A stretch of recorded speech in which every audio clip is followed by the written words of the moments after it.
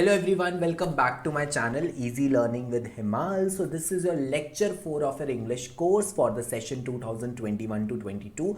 So 3 lectures में मैंने already आपके 2 chapters of First Flight और आपकी poem Dust of Snow और Fire and Ice मैंने ख़त्म कर दी थी. And guys अब मैं आपकी next poem करवाने वाला हूँ in this lecture 4 जो आपका नेल्सन मंडेला वाला चैप्टर उसकी जो next poem है A Tiger in the Zoo.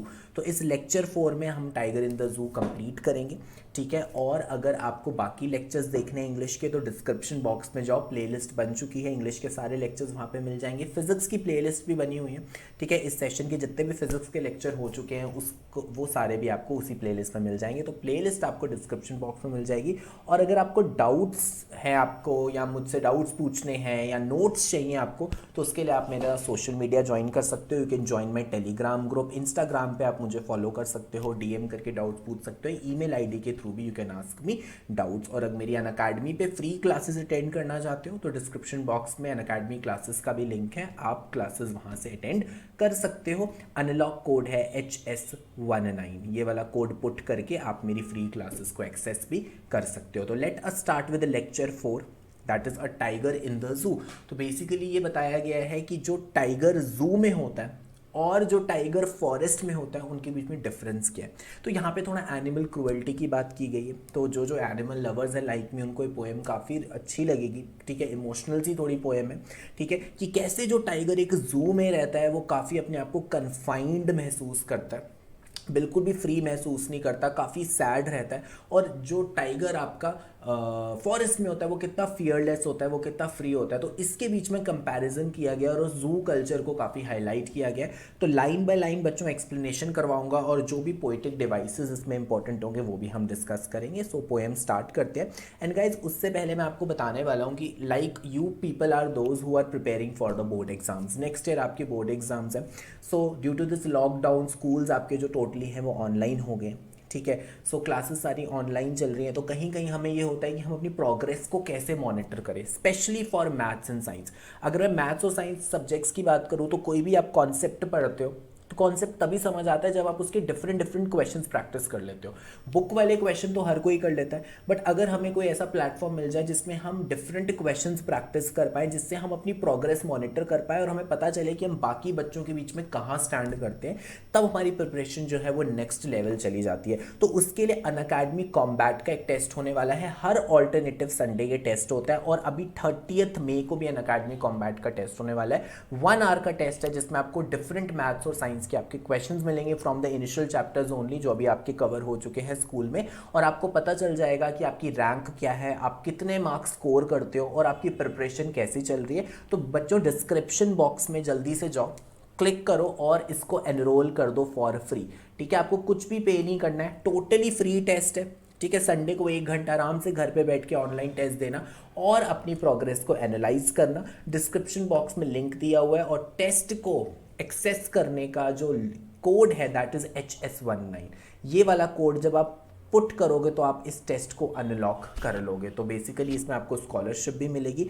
और इसका फॉर्मेट क्या है, 60 मिनट्स का एक्सपीरियंस है, 30 सुपर क्वेश्चंस आपको मिलेंगे, इंग्लिश हिंदी दोनों लैंग्वेज में है.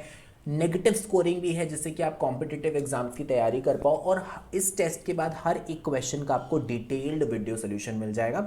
So you will get detailed video solution bye top educators. और आप एनरोलिंग के लिए मैंने आपको कोड बता दिया है, टेस्ट फ्री है, सिर्फ कोड पुट करना है दैट इज HS19. और अगर आप इसमें रैंक होल्ड करते हो तो स्कॉलरशिप भी है. Scholarship pool is of 1 crore. 1 crore का स्कॉलरशिप टोटल पूल है, उसमें से आप स्कॉलरशिप जीत सकते हो. और अनअकैडमी प्लस की फ्री सब्सक्रिप्शन भी जीत सकते हो, जिससे कि आपको काफ़ी हेल्प मिलेगी घर पे बैठ के अपनी कोचिंग करने के लिए फॉर द बोर्ड एग्जाम्स. अगर आपकी रैंक 1 2 3 आती है तो आपको 1 ईयर की अनअकैडमी प्लस की सब्सक्रिप्शन फ्री में मिल जाएगी.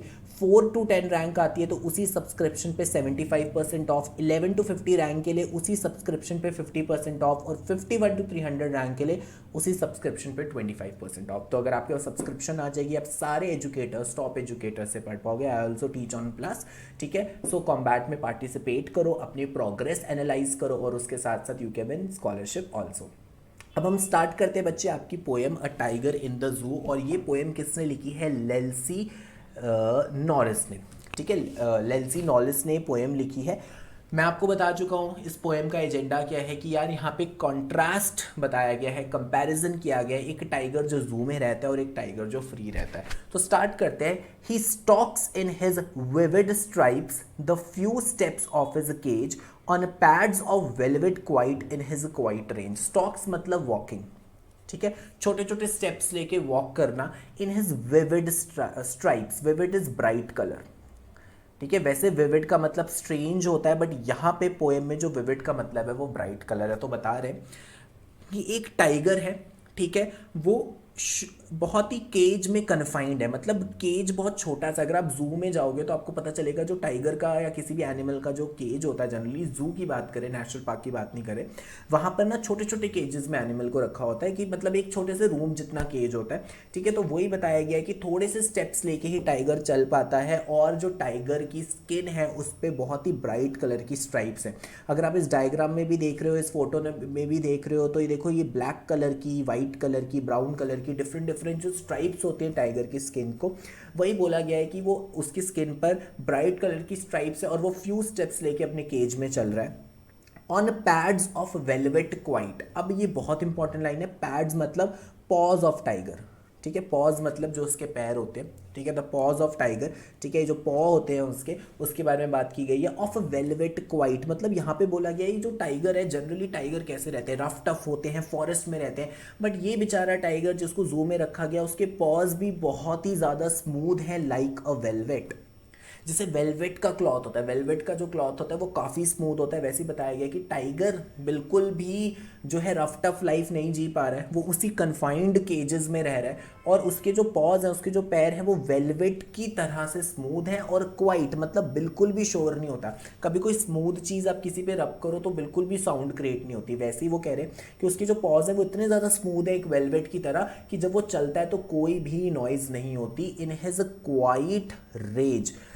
क्वाइट रेज मतलब रेज होता है गुस्सा, एंगर, बहुत ज़्यादा गुस्सा, ठीक है। तो उसके अंदर बहुत ज़्यादा गुस्सा भरा हुआ है, बट ही इज़ क्वाइट, क्योंकि वो कुछ नहीं कर सकता, वो वहाँ पे बिल्कुल भी फ्री नहीं है। मतलब टाइगर बहुत ज़्यादा गुस्से में है, वो फ्री होना चाहता है बट वो फ्री नहीं है, उसे उस केज में रखा गया है। So this is your first paragraph. अगर मैं पोइटिक डिवाइसेस की बात करूँ तो पोइटिक डिवाइस यहाँ पे जो टाइगर के पॉज को वेलवेट से कंपेयर किया गया है, तो ये पोइटिक डिवाइस है मेटाफर। मेटाफर क्या होता है, जब हम किसी से कंपैरिजन करते हैं, तो यहाँ पे पैड्स मतलब जो पॉज है टाइगर के, उसका कंपैरिजन किया गया है वेलवेट के क्लॉथ के साथ। तो यहाँ पे एक ये पोइटिक डिवाइस है, और एक और इंपॉर्टेंट पोइटिक डिवाइस है। मैं इंपॉर्टेंट पोइटिक डिवाइस डिस्कस कर रहा हूँ जो एग्जाम में आते हैं, क्वाइट रेज। अगर हम ये वाला वर्ड देखें, क्वाइट तो मतलब शांत, रेज देखे तो गुस्सा, मतलब दो ऑपोजिट वर्ड्स एक साथ रख दिए। रेज होता है बहुत गुस्सा करना, और क्वाइट होता है एकदम से शांत रहना। तो जब भी इंग्लिश में किसी पोएम में दो ऑपोजिट वर्ड्स एक साथ रख दिए जाते हैं, तो वो जो पोएटिक डिवाइस होता है वो है मेटाफर। मैंने पोएटिक डिवाइसेस के लिए भी अलग वीडियोस बनाई हुई हैं। अगर आपको एक एक पोएटिक डिवाइस डिटेल में पढ़ना है तो डिस्क्रिप्शन बॉक्स में चले जाना, मैंने वहाँ का लिंक मैं पुट कर दूंगा, तो आप पोएटिक डिवाइस और डिटेल में कर सकते हो। नेक्स्ट पैसेज देखते हैं। ही should be lurking in shadow. Lurking का मतलब होता है हाइडिंग। अब यहाँ पे बात की गई है कौन से टाइगर के बारे में, जो फॉरेस्ट में रह रहा है। मतलब हम इस तरह से पोएट कह रहे हैं कि जो लाइफ है एक टाइगर जो जू में रह रहा है, उसकी लाइफ होनी चाहिए ऐसे टाइगर की तरह जो फॉरेस्ट में रह रहा है। तो अब उसको कंपेयर किया गया है from the tiger who is living in a forest. So he should be lurking in shadow sliding through long grass near the water hole where plump deer pass. तो बेसिकली क्या होता है, टाइगर कैसे शिकार करता है, टाइगर चुपके से बड़ी बड़ी जो ग्रास होती है उसके बीच में से देखो क्रॉल करके आता है, और जनरली वो शिकार करता है किसी पॉन्ड के या किसी वाटर के पास, जहाँ पे वाटर सोर्स होता है उसके पास, क्योंकि वहाँ पे डियर जिसको वो खाता है वो पानी पीने आता है। तो जब वो पानी पी रहे होते हैं, आपने डिस्कवरी चैनल पर भी देखा होगा जनरली, तभी टाइगर उस पर अटैक करता है। तो वही बोला है कि ये जो टाइगर केज में बंद है, इसको एक टाइगर, इसको यहाँ नहीं होना चाहिए, इसको फॉरेस्ट में होना चाहिए। ही should B hiding in his shadows, he should B sliding through long grass. देखो जैसे डायग्राम में दिख रहा है, इमेज में दिख रहा है, ये लॉन्ग ग्रास के बीच में से चल के आ रहा है नियर द वाटर होल, क्योंकि वाटर होल के पास ही बाकी एनिमल्स पानी पीने आते हैं। Where plump deer hide pass. Plump का मतलब है फैट, जहाँ पे फैट डियर पास होता है। यहाँ पे भी एक आपकी पोएटिक डिवाइस आ रही है, प्लम्प और पास, दो वर्ड्स, ठीक है, सेम ही कॉन्सोनेंट साउंड से स्टार्ट हो रहा है, दैट इज पी। सो ये जो पोएटिक डिवाइस है दैट इज एलिट्रेशन। तो एलिट्रेशन क्या होता है, जब आपकी कॉन्सोनेंट साउंड रिपीट होती है at the beginning of words. तो यहाँ पे जो पोएटिक डिवाइस है that is alliteration. Next, he should be snarling. Snarling होता है जो साउंड क्रिएट होती है बाय टाइगर, लायन, दहाड़ना, जिसको हिंदी में कहते हैं दहाड़ना। He should be snarling around houses at the jungle's edge. मतलब वो कह रहे हैं ये जो टाइगर है, ये जो जूम है, इसको यहाँ नहीं होना चाहिए, इसको फॉरेस्ट के आसपास जितने घर हैं उसके आसपास घूमना चाहिए।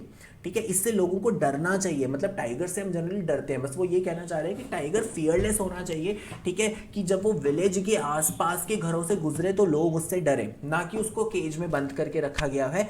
बेयरिंग, बेयरिंग होता है शो, एक्सपोज करना। Bearing his white fangs, fangs is a teeth.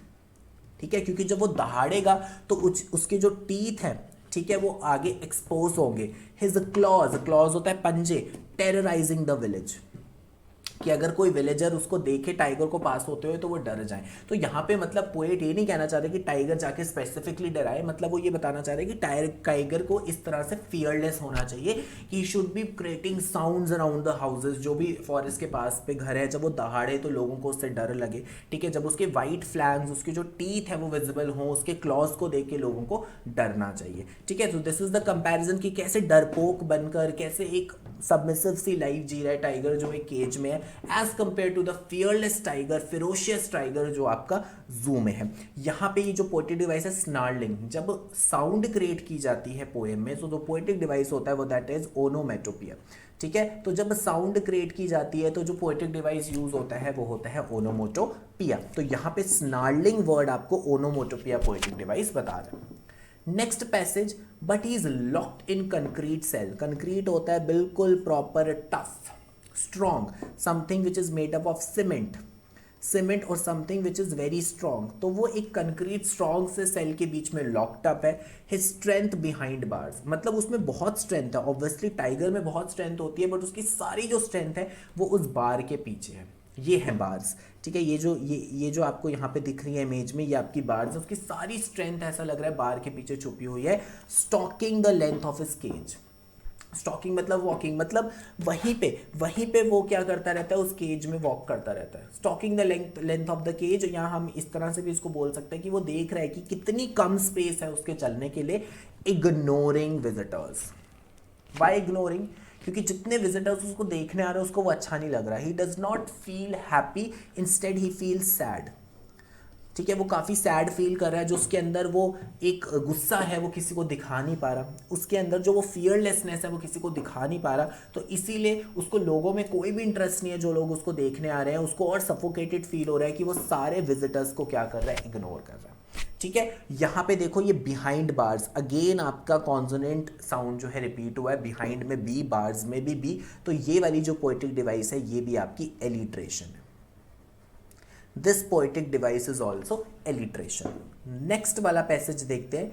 He hears the last voice at night, the patrolling cars. अब लास्ट में सोने से पहले उसको किसकी आवाज़ सुनाई देती है? पेट्रोलिंग कार्स की। पेट्रोलिंग कार्स मतलब जो पुलिस की कार्स होती है। ठीक है, तो पुलिस की कार्स जनरली आपने देखा होगा रात को घूमती हैं, पूरे एरिया में देखते हैं सब कुछ सेफ है नहीं। वैसे ही जू में भी, जू के आसपास भी कुछ पुलिस की गाड़ियां रात को घूम रही हैं। ठीक है, और उसको लास्ट में उनकी कार्स की आवाज़ सुनाई देती है। And stairs with his brilliant eyes. वो अपनी ब्रिलियंट मतलब शाइनिंग, ब्रिलियंट की यहाँ पे मतलब है शाइनिंग। तो रात को आपने देखा होगा टाइगर की आइज कितना शाइन करती हैं, तो रात को अपने ब्रिलियंट आइज की तरह ब्रिलियंट स्टार्स को देख रहा होता है। तो ब्रिलियंट स्टार्स को देखने का क्या मतलब है? बहुत सैड है, कि बहुत ही वो ज़्यादा सैड है, बहुत ही दुखी है कि वो शांति से पेट्रोलिंग कार्स की आवाज़ें सुन रहा है और चुपचाप वो स्टार्स को देख रहा है। वो स्टार्स को देख रहा है, वो होप कर रहा है कि काश मैं कभी फ्री हो जाऊँ। तो मैं आपको यही रिकमेंड करूँगा कि हमें कभी भी जू नहीं जाना चाहिए। जो हम जू जाके एनिमल्स को देख के खुश होते हैं, that is not good. Actual में जो एनिमल्स है वो काफ़ी सफोकेटेड फील करते हैं। इवन जो आपके नेशनल पार्क्स वगैरह हैं वहाँ पे काफ़ी स्पेस होती है, वहाँ पे एनिमल्स फ्री होते हैं, प्रोटेक्टेड होते हैं, that is good. Wild life sanctuary, national park. But जो जू होते हैं जहाँ पे केजेस में रखा जाता है, we should not support that, क्योंकि अगर हम लोग ही नहीं जाएंगे तो फिर जूस तो ना फंक्शन करेंगे। So I hope you have liked the poem. आपको समझ आ गई, और कोई भी डाउट है तो नीचे कमेंट कर दो। कमेंट सेक्शन में लिख दो, ठीक है। और डिस्क्रिप्शन बॉक्स चेक कर लेना, मेरे अकेडमी की क्लासेस भी आपको वहाँ पे मिल जाएंगी, इंग्लिश और फिजिक्स की प्लेलिस्ट भी मिल जाएगी, पोएटिक डिवाइस की जो मैंने वीडियो बनाया है उसका लिंक भी आपको डिस्क्रिप्शन बॉक्स में मिल जाएगा। और अगर ये पोएम समझ आ गई, वीडियो अच्छी लगी तो लाइक कर दो गाइज, और अपने दोस्तों के साथ शेयर कर दो, और बेल आइकन प्रेस कर देना जिससे कि आपको पता चल जाए जब मेरी वीडियो अपलोड होने लगेगी। और गाइज एक और इंपॉर्टेंट चीज़ है कि कल मैं फिजिक्स का भी लेक्चर लेके आऊँगा। थर्सडे को मैं जनरली इंग्लिश के लेक्चर्स ला रहा हूँ 10th क्लास के लिए, फ्राइडे को फिजिक्स के। And guys join my social media also, जहाँ पे आप मेरे साथ और इजीली कनेक्ट कर सकते हो, डाउट पूछ सकते हो, टेलीग्राम पे, इंस्टाग्राम पे, ईमेल आईडी, इन सब के लिंक्स भी जो है मैंने डिस्क्रिप्शन बॉक्स में डाल दिए। So thank you guys, have a nice day.